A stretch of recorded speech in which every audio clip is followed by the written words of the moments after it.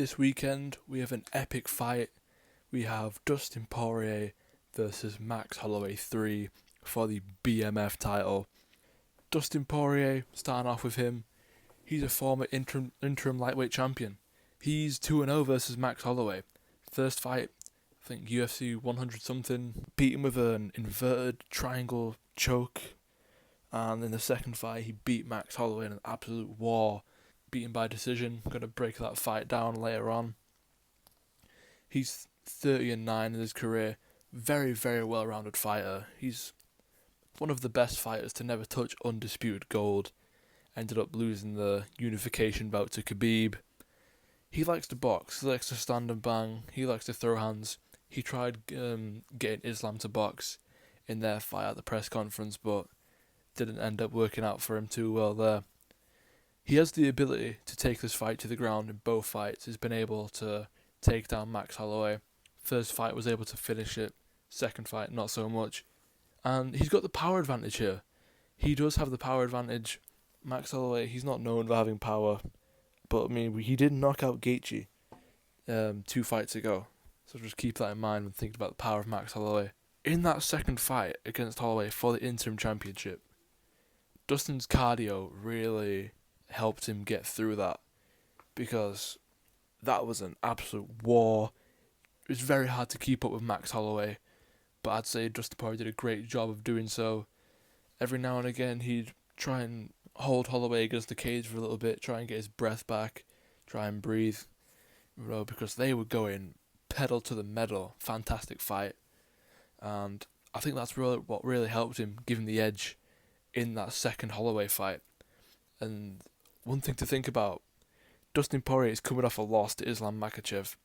Dustin Poirier, he has never lost 2 in a row in his career. Could he lose 2 in a row in the last fight of his career? We'll have to wait and see. Opposite him, it's Max Blessed Holloway, former featherweight champion, defended it multiple times. He had a great trilogy with Alexander Volkanovski. Didn't go too well, lost all 3. But I mean, it is Alexander Volkanovski, the great Volkanovski.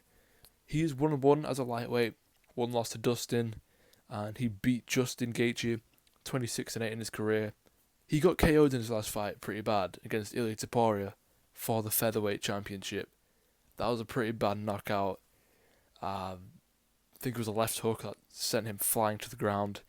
He was doing well up until that point, if I remember. He was doing a good job of keeping his distance, managing the space, staying away from the high power hand, but Topuria, once he gets you up against that fence behind that black line on the mat, it's all over. Max also, he loves to box, he loves to throw strikes.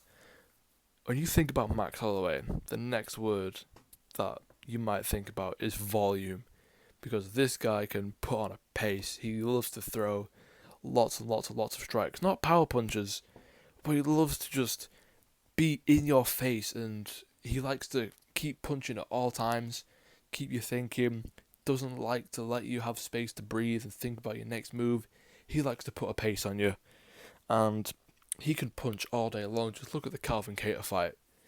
We all know what happened there. 5 rounds of just pure decimation from Max Holloway. He's got a heck of a chin on him. I mean, it wasn't until the Gaethje fight that he'd been knocked down properly. That was his first knockdown. And the Topuria fight was the first time he got knocked out. So he's known for having one of the best chins in MMA history. And he's got great cardio. That's going to help him here. And he's the younger fighter. Dustin Poirier is 36. His cardio will have deteriorated. It can't be the same as when they fought the second time back in 2019. And Dustin was the age of 30 years old. Now, Dustin's 36. Max is 33. Max is still kind of in his best years. He might have 1 or 2 proper good years left in him. When he passes the age of 34, that's when he's going to start to really deteriorate. I don't think he's got the power to knock out Dustin Poirier, but then again, some of us thought that about the Gaethje fight, and look what happened there, the greatest knockout in UFC history, some might say. So that's the rundown of Max Holloway.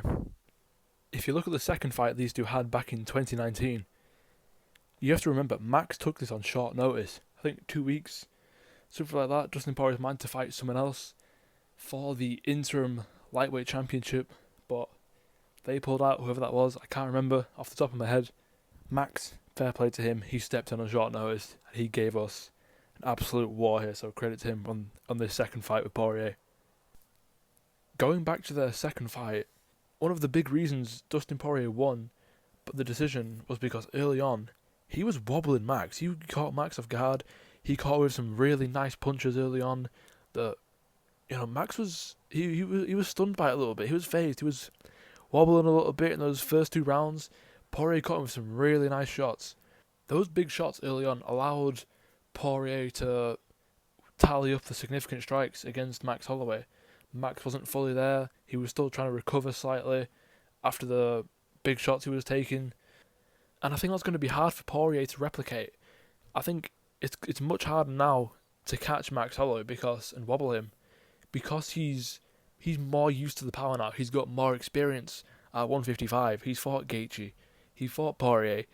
And, just recently he took on Ilia Topuria, who's got insane power.